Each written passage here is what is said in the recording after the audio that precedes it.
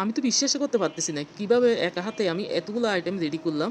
তো so hello everyone, আসসালামু আলাইকুম। কেমন আছেন সবাই? আশা করছি অনেক অনেক অনেক বেশি ভালো আছেন। আমরা আলহামদুলিল্লাহ অনেক বেশি ভালো আছি।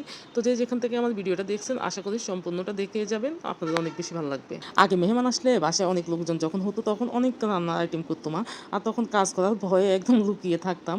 আর এখন একা হাতে এত কিছু কিভাবে আমি রান্না করলাম, আর আমার কাছে তো একদম নিজের প্রতি নিজের বিশ্বাস হচ্ছে না আমি কি এতগুলো রান্না করলাম।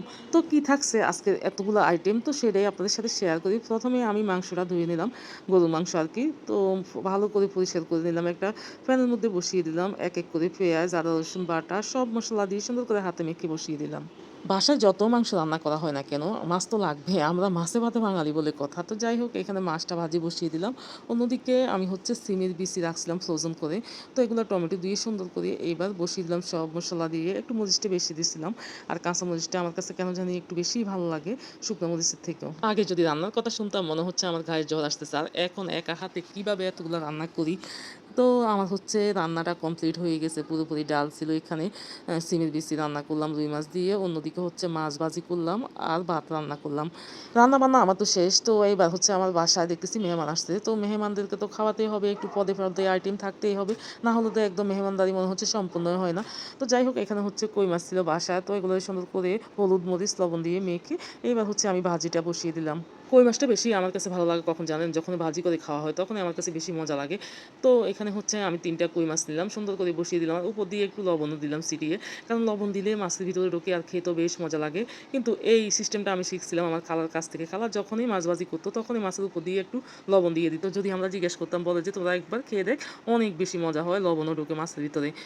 তখন থেকে আমার কাছে কেন জানি মাছের মধ্যে একটু লবণ দিতেই হয়, আমিও শিখে গেলাম খালার এই টিপসটা। যাই হোক, অন্যদিকে হচ্ছে বাসায় অনেকগুলো পাট শাক ছিল, ভাবলাম এগুলো দিয়ে কি রান্না করা যায়। তো পরে মনে হলো যে আজকে তো অনেক আইটেম করা হয়েছে, পরে আমার মাথায় দারুণ একটা আইডিয়া এলো যে না, এগুলো দিয়ে ভর্তা করবো, কারণ আজকে রান্না করবো না যেহেতু অনেক পদ রান্না করা হয়েছে।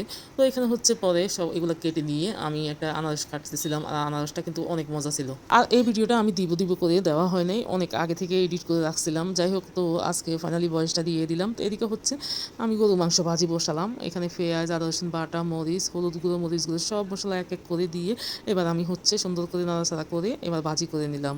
বিকালবেলা আমি গেলাম বাজারে, তো একটা ভ্যান গাড়ির মধ্যে এক মামা বসে আছে, ড্রাগন আর সাথে ছিল আমরা আর পেঁপে ছিল। তো আমি ওখান থেকে পেঁপে আমরা ড্রাগন আর সাথে ছিল আঙুর, তো ওগুলো নিয়ে আসছিলাম। আমরা সবাই বলি আমাদের জাতীয় ফল হচ্ছে কাঁঠাল, আমার কাছে কেন জানি মনে হয় কাঁঠাল না দিয়ে যদি আম দিত। কাঁঠাল কিন্তু সবাই খেতে পারে না, আর আমটা কিন্তু কমার বেশ মোটামুটি সবাই খায়, আর কাঁঠাল কিন্তু ২-১ পিস খেলে কেন জানি আর একদমই খেতে ইচ্ছা করে না। আমাদের বিকালে নাস্তা ছিল আম আঙুর, আর ছিল তালের বড়া। তালের বড়া যেহেতু সিজনাল প্রথম তাল ছিল ওটা, তো আমার মা দিয়েছিল গ্রাম থেকে, তো ওটা দিয়ে তালের বড়া বানাইছিল, খেতে কিন্তু বেশ ভালো লাগছে। যে বা যারা এতক্ষণ পর্যন্ত আমার ভিডিওটার সাথে ছিলেন সবাইকে অসংখ্য ধন্যবাদ। আসসালামু আলাইকুম, আল্লাহ হাফিজ, টাটা।